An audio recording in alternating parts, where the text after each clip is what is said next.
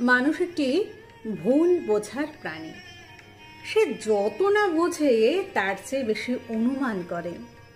একটুখানি নীরবতা, এক ফোঁটা বদলে যাওয়া ব্যবহার, এই হলেই হাজারটা প্রশ্ন, অবিশ্বাস আর অভিযোগের ঝড়। কেউ ভাবে তুমি বদলে গেছো, কেউ ভাবে তুমি আর আগের মতো নেই।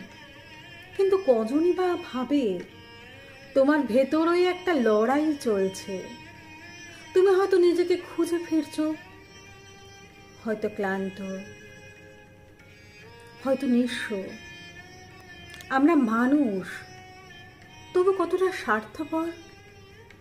আমরা শুধু চাই আমাদের বুঝুক কেউ, কিন্তু নিজে বোঝার দায়ভার নিতে চায় না।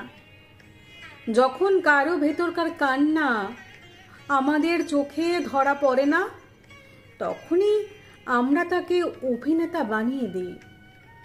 কিন্তু সত্যি বলতে কি, সবচেয়ে শক্ত অভিনেতা সেই মানুষটি যে দিনের পর দিন ভাঙতে ভাঙতে নিজেকে আগলে রাখে। একসময় মানুষ আর চায় না ব্যাখ্যা দিতে, চায় না বারবার বোঝাতে।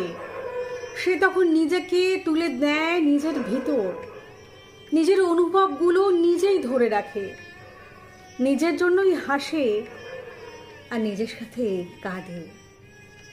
কারণ সে শিখে যায় বিশ্বাস ভাঙা ব্যথা থেকেও বড় ভুল বোঝার কষ্ট।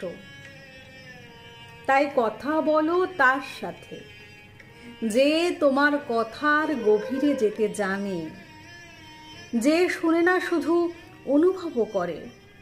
আর দূরে থাকো তার থেকে যে তোমার ভালোবাসার নিচে লুকিয়ে থাকা কষ্টটুকু খুঁজে পায় না, বরং সামান্য দূরত্বে রচনা করে ভুল বোঝার গল্প।